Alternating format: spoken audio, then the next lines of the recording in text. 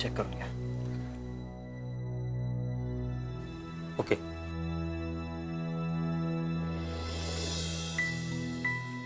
Receipt आहे, कच्ची आहे. तुमचा चेक क्लिअर झाला की पक्की बनवून देतो. बरं, येऊ मी? या. थँक्यू.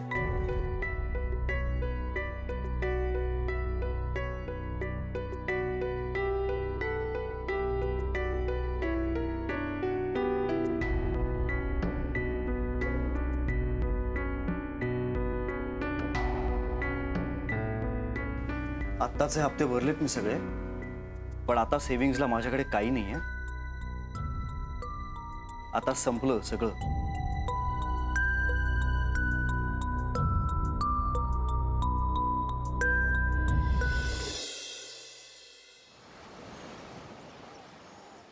अरे वा, आज चहामध्ये साखर घातलीस तू. काही आनंदाची बातमी वाटतं का? अलीकडे तू माझी काळजी करण्याचं सोडून दिलंयस? अगं बाई, चहात साखर घातली का मी? माझ्या मेलीचं ना चित्तच नाहीये बघा थाऱ्यावर. अगं मग कशाला विश्वाची चिंता करायची? बस. अहो नाही कसं, आप्पा भाऊजी गेले आणि काही ना काहीतरी संकट यायलाच लागलेत बघा रामाश्रयावर. आधी ती केस, मग ही जप्ती, पुन्हा मेल्याची दृष्ट लागली आहे ना, देव जाणे. अशी दृष्टबिष्ट लागून काही होत नाही ग. आप्पा होता तेव्हाही कर्ज होतच, कारण आप्पाने बऱ्याचदा पैशाकडे कधी बघून काही केलं नाही. आप्पा भाऊजी ना देव माणूस होते हो. मला नेहमी म्हणायचे, वहिनी पैसा येतो जातो, पण माणसं आणि नाती ही खरी संपत्ती. हे किती जरी खरं असलं तरी जोडलेली माणसं रामाश्रयाचं कर्ज फेडू शकतात का? म्हणजे तुमचं म्हणणं आहे भाऊजींचं चुकलं? तसं नाही ग. बऱ्याचदा आप्पा भावनेच्या आहारी जात असे आणि त्याचं व्यवहाराकडे दुर्लक्ष होत असे, आणि त्याचे दुष्परिणाम बिचारा मालकांना आता भोगायला लागतात. आणि काकूंनी ना त्यांना नाहक अडकवलंय बघा याच्यात. काकू अगदी लबाड येतात. उपोषणाचं नाटक अगदी बेमालूम वाटवलं. तुम्हाला येते हसू, पण कपिल मात्र दुखावले था खूप. म्हणजे काकू आणि हिरेन निघाले ना जायला, तर ते बाहेर यायला तयार नव्हते. मी आणि गौरीनी समजावलंय त्यांना, तेव्हा कुठे दारापर्यंत आले. परिस्थिती निवळेल तसे मालक हळूहळू शांत होतील. मी काय म्हणते, तुम्ही जरा पुढाकार का नाही घेत या सगळ्यात? मी कशाला? मी सांगतेय म्हणून. अच्छा, म्हणून आज चहात साखर घातली ती होय?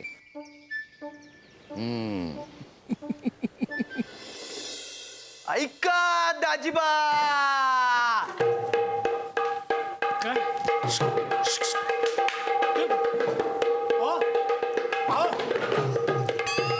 कुठे काय?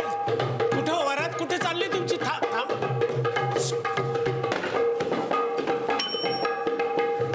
ए थांब रे.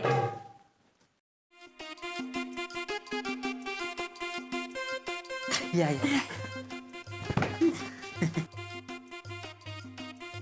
कपिल साहेबांनी तुमच्यासाठी या कॉटेजची व्यवस्था केली. आणि माझ्यासाठी इथेच.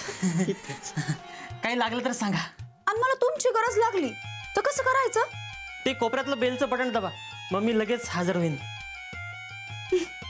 आता तू आलाच तर कपाटात सामान लावून टाक बर. अरे मला कामाची अजिबात सवय नाही ना. अरे तिकडे फडावरती माणसं असतात ना, धू म्हणलं की धुते, कवा वाळत ते बी विचारत नाही. नाश्त्याचं सांगायला तुला जायची गरज नाही. हा यो जाईल ना. जा रे, तू आपली स्पेशल पदार्थांची लिस्ट बनवून घे बरं. आणि तो हिरवे का पिवळे कोण आहे ना? जांभळे. जांभळे त्यांना सांग मना एकदम असे स्पेशल बनले पाहिजेत पदार्थ. बर, देतो हा. लिस्ट. हा जा. काय रे, नाव काय म्हणालस तुझं? मी चिमाजी. मी इथे वेटर आहे आणि रूम सर्व्हिस सुद्धा देतो. चिम्माजी. हा आप्पा सांगत होते तू म्हणे नाटकात काम करतो. आणि अजून कोण करते हो? तू असं म्हणजे हातरायचं असतं ते सतरंगी. आतरंग. तो माझ्यासोबत रूम सर्व्हिसच देतो. आणि अजून त्यो कोण बघ, तू शाकाहारी महाराज. त्यो नाही का मोदक बनवतो तो क्यों? अण्णा. आणि मोदक नाही ग, मोदक. तू गप मला माहितीये, मला काय एवढी अक्कल नाही बाय. हा. आणि त्यो त्याच्या बरोबर असतो तो कोण, तो नॉनव्हेज बनवतो तो. हा मस्त नॉनव्हेज बनवतो तो. उस्मान ना? इस्माईल. घ्या माझं गोड इस्माईल. त्याचं नाव आहे इस्माईल. आज मी एवढी आनंदात आहे ना मंबाची. चिमाजी. हा चिमाजी अशी म्हणजे ना अशी एकदम एकदम धुवाधार आनंदात आहे बघ. अरे इतक्या दिवसापासून स्वतःच्या घरात यायचं होतं ना मला. इतकी वर्ष आप्पासाहेब साठेंचं नुसतं नावच लावत होती, पण आज खऱ्या अर्थानं मी साठेंची सून झाले आणि सुवर्णा मुलगी. कपिलनं घर दिलंय आम्हाला. आता आम्ही इथंच राहणार कायमचे. यातलं जरा शांत राहा ना. काय तुमचं काय फार हालचाल होते हो. थांबा. हे यातलं काही मिळणार नाहीये तुम्हाला. फक्त वरण भात मिळेल तुम्हाला. का भया बनवा की मग ते. नाही, सामान संपलंय. मग हे काय सामान? काय सामान संपलंय असं काय बोलताय तुम्ही? एवढी माणसं फिरत असतात, गडी माणसं. कोणाला तरी धाडा बाजारला. नाही जमणार नाही हो. काय जमणार नाही? ट्राय करा ना. अहो हे काय ट्राय मग समज जमल तुम्हाला. मंजुळा ताईंना नाही ऐकायची सवय नाही ऑर्डर. जांभळे काय चाललंय काय? अहो हे काय गुलाबी आलंय ना, हे कोण आलेत ना, ते म्हणतात की यांच्या बरोबर जे आलेत ते इथले मालक आहेत रामाश्रयाचे. कोण आहात तुम्ही? हे कोण आहेत म्हणजे? सारखं सारखं सांगणार नाही आम्ही. मग चल सांगून झालंय. पण हे कोण आहे? मयेकर वकील. होय, वकील. पण कधी पाहिलं नाही तुम्हाला आम्ही. आप्पासाहेबांनी कधी फोटो नाही दाखवला तुमचा. हे बघा, तुमची जी काय ऑर्डर असेल ना तुम्हाला कॉटेजवर मिळेल. ह्या जांभळ्यांना पुन्हा एकदा ऑर्डर ऐकवा. नको. ऐका.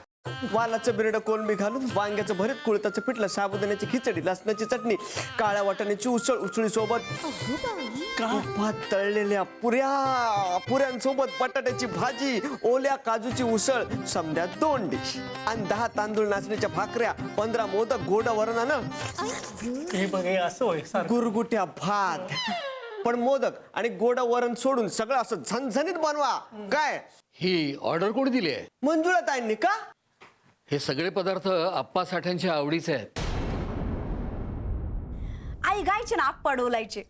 आईचा साऊंड आहे ना लय आवडायचा आप्पांना. साऊंड.